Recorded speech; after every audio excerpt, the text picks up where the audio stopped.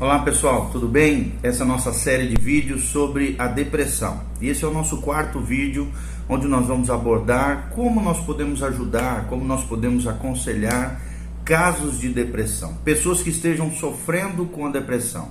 E é sobre isso que nós vamos abordar agora. Nunca houve época melhor em toda a história da humanidade para uma pessoa se sentir infeliz, como nos tempos atuais. Segundo afirma um livro recente sobre depressão, ele diz justamente isso. Também diz o seguinte: finalmente existem tratamentos para a depressão e é possível obter cura duradoura. Nunca como antes teve tantos casos de depressão, mas também nunca como antes o ser humano teve tantos recursos para poder sair dessa situação. Então sabe-se que a maioria desses tratamentos reduz os sintomas, pelo menos de algumas pessoas, e muitas vezes a depressão pode ser completamente erradicada, tirada da vida das pessoas. As pessoas deprimidas geralmente são passivas, falam pouco, são desmotivadas, são pessimistas e adotam uma atitude de resignação do tipo: fazer o quê? E cabe ao irmão mais maduro, ao cristão, cheio do Espírito Santo, ao conselheiro, ao terapeuta, portanto, adotar uma abordagem com ênfase na verbalização, desempenhando então um papel mais ativo do que com os outros tipos de situações. Pode ser útil também usar frases de estímulo, mas claro, sem sentimentalismo exagerado. Falar sobre o modo como a depressão afeta as pessoas. Estimular aquela pessoa que nós estamos ajudando a falar, mas sem pressioná-lo. Fazer perguntas inteligentes, elogiar os progressos da pessoa dentro desse tratamento, dessa ajuda, e comentar passagens das escrituras sem pregar sermões. Procure também evitar confrontações muito agudas, perguntas exploratórias frequentes e cobranças exageradas, jamais, especialmente no começo. A gente precisa tomar bastante cuidado, porque são pessoas delicadas, pessoas fragilizadas já nas suas emoções. Uma abordagem mais drástica pode espaná-lo, tirá-lo da ajuda que você está tentando ajudar. Então essas técnicas geralmente, que nós mencionamos, aumentam o grau de ansiedade da pessoa, e isso, se a gente não tiver cuidado, pode gerar mais desânimo e até pessimismo, não ajudando as pessoas ao nosso redor. Então, quando aquela pessoa que nós estamos ajudando estiver falando sobre a depressão, ouça atentamente. Deixa ela colocar para fora. Deixa ela abrir o seu coração. Procure também detectar sinais de raiva, de mágoa, pensamentos negativos, baixa autoestima, sentimentos de culpa, que poderão depois serem comentados por você. Incentive também aquela pessoa que está ajudando a falar sobre as circunstâncias da sua vida que lhe causaram essa fadiga emocional, esse tédio que ela está vivendo. Evite também tomar partidarismo, mas procure compreender e aceitar os sentimentos do outro. Isso é muito importante, a função do acolhimento. Evite tomar partido, mas procure compreender e aceitar os sentimentos da outra pessoa. Preste muita atenção em conversas sobre perdas, em conversas sobre fracassos, sobre rejeições ao longo da vida e outros incidentes que possam ter desencadeado a depressão na vida da pessoa. Então, quando você estiver trabalhando com pessoas deprimidas, procure estar sempre consciente também dos seus próprios sentimentos. Você fica impaciente quando tem alguém que você está ajudando que é negativista, que vive reclamando? Sua mente começa a divagar ou mesmo começa a ter pensamentos negativos e desanimadores? Ajudar pessoas deprimidas pode ser um teste tanto para suas habilidades como conselheiro cristão, como ajudador de pessoas, como um cristão maduro capaz de apoiar, ajudar, acolher e orientar, aconselhar pessoas que estão sofrendo com essa dificuldade. Pois a probabilidade que eles necessitem de atenção e dedicação especial é muito grande, e hoje mais do que nunca. Por exemplo, quando muitas pessoas deprimidas têm uma necessidade muito forte de ser dependentes de outras pessoas. Enquanto você estiver ajudando, aconselhando, faça a si mesmo as seguintes perguntas: Será que eu estou estimulando a dependência numa pessoa que já está deprimida? Será que isso que eu estou tentando aumenta o meu senso de importância e poder sobre ela? Estou estimulando raiva e pensamentos negativos nela? Estou fazendo cobranças demasiadas, né? A ponto de deixar aquela pessoa que eu estou tentando ajudar ou aconselhando esmagado e com a vontade de se agarrar em mim ou em Deus? Quando os conselheiros não estão cientes, né, dessas inclinações, desses sentimentos, muitas vezes acabam aumentando a depressão da pessoa ao invés de ajudá-las e aliviá-las. Então, um aconselhamento de pessoas deprimidas pode ser muito útil usar uma combinação das seguintes abordagens. Primeiro, lide com a fisiologia. Ou seja, em sua ânsia de ajudar, às vezes, as pessoas que estão sofrendo com depressão, os deprimidos, os conselheiros, né, os cristãos, e às vezes até irmãos nossos, imaturos, que não têm formação, por exemplo, na área médica, às vezes se esquecem de que muitas reações depressivas, sim, são de ordem fisiológica, de ordem biológica, de soma, de corpo. Estima-se que, por exemplo, 40% dos casos de depressão sejam resultados diretos de uma doença física, sendo que algumas podem não ser diagnosticadas pelos especialistas. Ou seja, a depressão também pode ser causada por hábitos alimentares equivocados, né? E a terapia, por exemplo, nutricional é uma abordagem terapêutica de cura que se baseia na hipótese de que alguns tipos de depressão são melhores tratados através de uma mudança na dieta do paciente. Às vezes é alimentação, às vezes é comida, às vezes é falta de um hormônio, de um neurotransmissor. E se os sintomas físicos não desaparecerem, ou se a depressão não ceder com a estratégia de aconselhamento adotada inicialmente, é importante encaminhar aquela pessoa que você está ajudando a um médico, a um neurologista, a um psiquiatra, de preferência neurologista competente e experiente que possa ajudá-lo, ou então a uma nutricionista, se é alguma coisa relacionada à alimentação. Então, um conselheiro que não tem formação em medicina, não está apto a decidir se os sintomas do paciente são psicológicos. A gente não tem essa habilidade de decidir se os sintomas daquela pessoa que a gente está ajudando são psicossomáticas, ou seja, alma mais corpo, ou não. Além disso, nós também não temos condições de afirmar com segurança se um determinado caso de depressão tem causas físicas ou não. Então, aqueles que são conselheiros, né, geralmente são pessoas sem diploma, são crentes maduros, mas que não têm uma formação na medicina, né? Eles também devem entrar em contato com um especialista ou com um médico para ajudar aquela pessoa dentro da sua situação.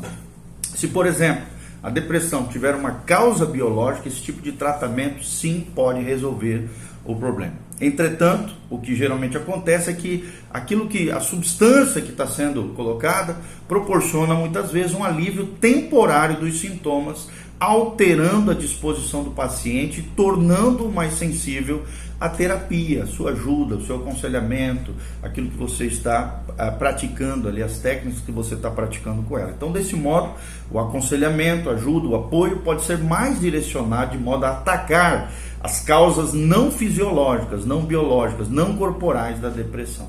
O tratamento, né, psiquiátrico, neurológico, mais controverso é a terapia eletroconvulsiva, também chamada de ECT, ou eletrochoque, na qual um pulso de corrente elétrica é aplicado ao cérebro da pessoa. Isso produz muitas vezes convulsões e um período até de confusão mental, e após o estado de ânimo, após, né, esse eletrochoque, às vezes até o paciente melhora. Esse tratamento foi muito utilizado nos anos 40 e 50, mas vem sendo criticado normalmente essa abordagem por causa dos riscos que podem causar na vida da pessoa e os efeitos colaterais adversos, né? E claro que isso aí cabe aos médicos, aos especialistas, e não a nós. São eles que conhecem as medicações apropriadas, as drogas recomendadas e o tratamento farmacológico para aquelas situações. Segundo lugar, lidando com as causas.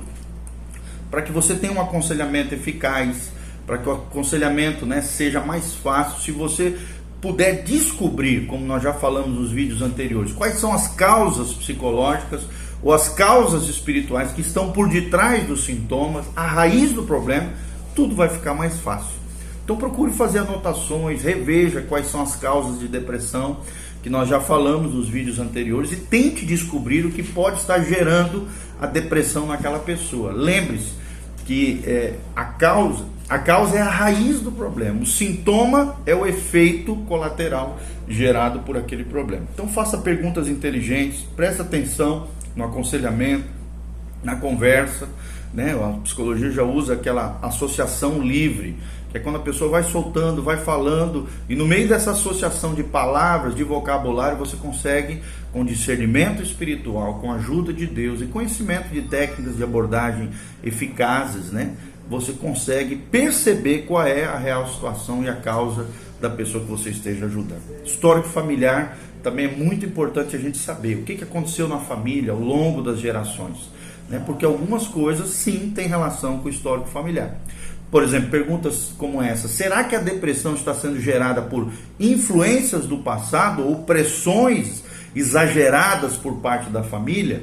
São perguntas que nós precisamos fazer. Caso isso esteja ocorrendo, é sempre bom discutir o assunto, ajudar aquela pessoa a ver a situação de um outro ponto de vista e, se possível, adotar medidas corretivas com relação a isso. Os erros dos pais não precisam ser repetidos pelos filhos, podem ser modificados pelo poder de Deus. Então pode ser que aquela pessoa que nós estamos ajudando precise de ajuda para aprender a se relacionar melhor com a família, com os amigos, na sociedade. E já com relação aos familiares, o conselheiro pode recomendar que sejam compreensivos, né, com aquela pessoa que está sofrendo com a depressão, incentivando uma ação em lugar da passividade daquela pessoa e da sua família também, questionando pensamentos negativos, incluindo a pessoa deprimida nas atividades da família e na sociedade. E quando houver uma boa comunicação e a família se mostra acolhedora, receptiva, interessada, envolvida, tudo melhora rapidamente quando o ambiente é transformado em melhor. Estresse, né? É importante a gente perceber isso. Será que aquela pessoa que eu estou ajudando está estressada, está fadigada emocionalmente, principalmente por às vezes ter tido uma grande perda, como nós falamos? Então incentive a pessoa a falar sobre o modo como ela se sente com relação àquele assunto, discutindo maneiras práticas de lidar com o estresse, com a fadiga, com o trauma, procurando ajudar aquela pessoa, tocando a vida dela para frente, apesar da perda, apesar da falha, apesar do erro. Outra coisa interessante é a incapacidade, sim, pode ser aprendida, né? Uma pergunta é muito importante: será que o aconselhado sente que a sua vida está fora de controle? Se for esse caso, converse com ele sobre algumas maneiras de conseguir realizar suas tarefas do dia a dia, suas responsabilidades, começando com as mais fáceis e passando depois para as mais difíceis. É muito bom comentar o fato de que é inevitável que ocorram algumas situações incontroláveis. Mas lembrando sempre, Deus está no controle de todas as coisas e Deus está disponível para ajudá-lo na situação mais deplorável que ela possa vivenciar. Então leve ele a entender isso, que Deus controla todas as coisas. Deus está sempre no controle, Ele é quem controla a nossa vida. Outra coisa importante, além da incapacidade que pode ser aprendida, é o modo de pensar, que a Bíblia chama de metanoia, Romanos 12, versículo 2. Aquela pessoa está tendo pensamentos negativos, pensamentos destruidores, pensamentos pessimistas.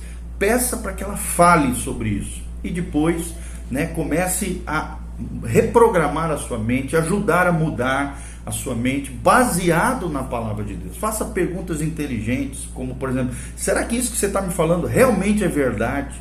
Será que Deus não tem nada a ver com isso? Será que Deus não pode fazer algo na sua vida? E você pode modificar alguma coisa dentro da sua história? Então, perguntas assim inteligentes vão ajudar a pessoa a sair daquela situação, modificando a sua mente. Mudando a mente, se muda também o comportamento. Olha o que diz Filipenses 4:8. Tudo que é verdadeiro deve ser pensado, tudo que é respeitável, tudo que é justo, tudo que é puro, tudo que é amável, tudo que é admirável, se alguma virtude há e se algum louvor existe, seja isso o que ocupe o vosso pensamento. Então nós precisamos levá-los a pensar de maneira mais positiva, de maneira mais realista, enfrentar os seus dilemas, as suas dificuldades e jamais ignorar a realidade da sua situação, que talvez esteja gerando a depressão, precisamos guiar as pessoas rumo à verdade, a verdade de Deus e aquilo que Deus fala através da sua palavra, tá bom? A ira também é outra coisa que precisa se processar dentro da pessoa e ajudar a pessoa a sair dela como causa da depressão, né? E uma pergunta é necessária: será que aquela pessoa que eu estou ajudando tem uma raiva oculta gerada por mágoas, ressentimentos, ou ela está adotando uma atitude de retaliação contra outras pessoas provocada por essa raiva? Então essas emoções, né, elas podem ser conversadas, discutidas, postas para fora, mesmo que pareçam irracionais, fantasiosas. A mágoa pode estar profundamente arraigada e algumas vezes só é descoberta depois de muita investigação e de um monte de horas gastas ouvindo atentamente o relato daquelas pessoas que estão sofrendo com a depressão. Então talvez seja bom fazer um esboço do diagrama que nós já falamos, né? Algumas dessas coisas que nós já mencionamos em vídeos anteriores, para que seja facilmente verificado a questão da onde está a causa do problema. Outra causa é a culpa, além da ira, a culpa, né? Verifica-se também se a pessoa pecou, fez alguma coisa capaz de provocar um sentimento de culpa dentro dela. Descubra se houve confissão a Deus. Leia lá Salmo 32, leia lá 1 João 1, versículo 7, versículo 9, leia para ela, descubra se houve confissão a Deus e a outra pessoa que talvez ela tenha ofendido, se não existem coisas ocultas, mal resolvidas. Como diz o provérbio, né, quando a gente esconde a nossa transgressão, nós nunca prosperaremos, mas aquele que confessa e deixa, alcançará a misericórdia. Então, quando nós discutimos essas questões, aconselhamos pessoas, nós conseguimos perceber facetas daquele problema que antes nem a pessoa, nem você que está ouvindo sabia ou desconhecia. E assim pode-se pensar em formas de como podemos lidar com essas influências que estão gerando a depressão. Algumas vezes também é necessário que você tire as suas próprias conclusões, as observações, né? E sempre discuta com ele em amor, falando a verdade em amor, contribuindo para o melhor entendimento dessa dor, desse sofrimento, para que haja produtividade, mudanças e progressos na vida das pessoas, ok? E logo no vídeo em seguida nós vamos falar um pouquinho mais sobre como lidar com os pensamentos, né? Ajudar pessoas a lidar com os pensamentos e com as emoções. Continue conosco, Deus te abençoe, em nome de Jesus, amém e amém. Dê um joinha, faça seus comentários, siga o sininho aí, nos siga nas redes sociais, e que Deus abençoe a sua vida. Lembre-se, você pode ser um instrumento de cura, de milagre, de bênção na vida daqueles que estão sofrendo. Que Deus te use poderosamente, a graça e a paz do Senhor. Louvado seja o nome de Deus. Amém.